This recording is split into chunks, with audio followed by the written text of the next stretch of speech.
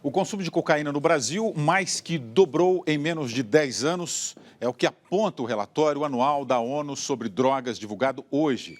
Quem tem mais informações é o repórter Ricardo Ferraz. Ricardo, boa noite. O que provocou esse aumento, hein, Ricardo?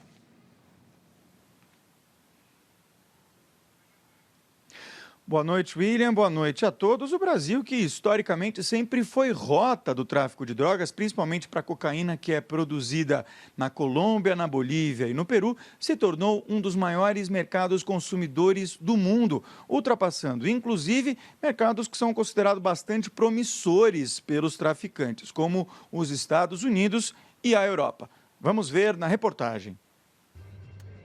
O relatório do Conselho Internacional de Controle de Narcóticos, entidade ligada à ONU, aponta que em 2005, 0,7% da população entre 12 e 65 anos consumia cocaína no Brasil.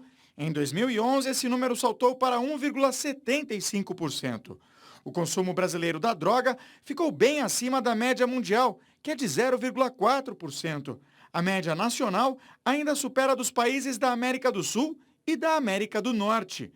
Se o consumo cresceu, a repressão diminuiu. As apreensões de cocaína caíram mais de 10% no Brasil. Um quadro que coincide com a expansão de uma verdadeira epidemia de crack que assola as grandes cidades brasileiras. Todo o país de trânsito acaba se transformando em país de consumo e de elevado consumo, porque parte da droga que passa fica para pagamento de transporte e para revenda interna. O ponto é que o derivado da cocaína mais barato é o crack.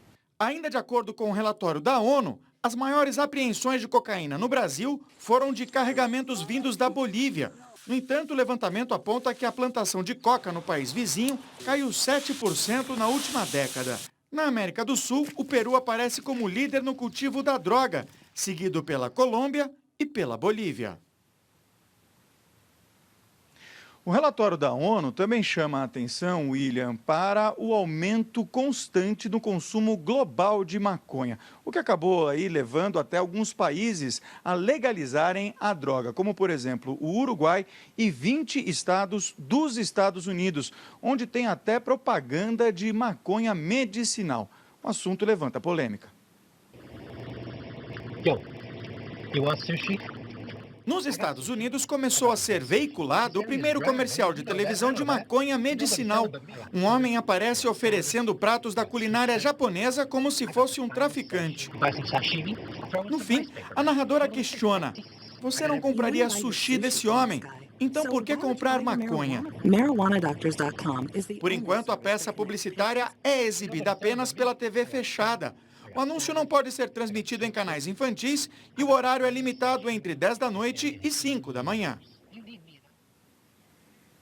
Nos Estados Unidos, com a ajuda de médicos, é possível obter uma carteirinha e com ela comprar maconha em algumas lojas que são legalizadas pelo governo. A avaliação é feita diante de uma entrevista clínica com um médico, mas essa entrevista nem sempre é muito rigorosa, não. Em alguns casos, basta descrever um caso de ansiedade para se obter a licença. A respeito desse assunto, eu converso agora com a psicóloga Ilana Pinsky, que é da Universidade Federal do Estado de São Paulo. Muito obrigado pela sua presença aqui no Jornal da Cultura.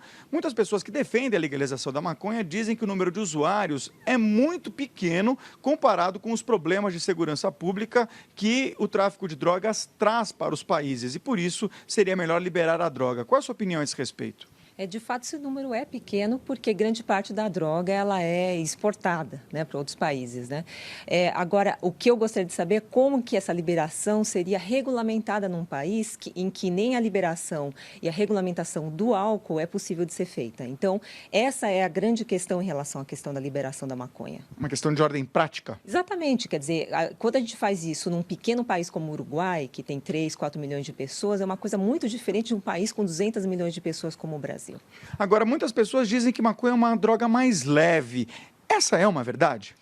a probabilidade de se tornar dependente é bem menor do que para outras drogas, né? Em torno de 10%, eu diria assim, se tornaria dependente de maconha daqueles usuários. No entanto, para aqueles adolescentes, principalmente que consomem maconha, há uma grande chance de uma série de problemas, incluindo ser um gatilho para psicose, para transtornos de pânico, uma maior probabilidade de se tornar dependente ou usuário problemático mais tarde. Então, nesse sentido, principalmente pela quantidade das pessoas que consomem, não se pode dizer que é uma droga leve. Muito obrigado pela sua presença aqui no Jornal da Cultura. Voltamos com vocês no estúdio, William.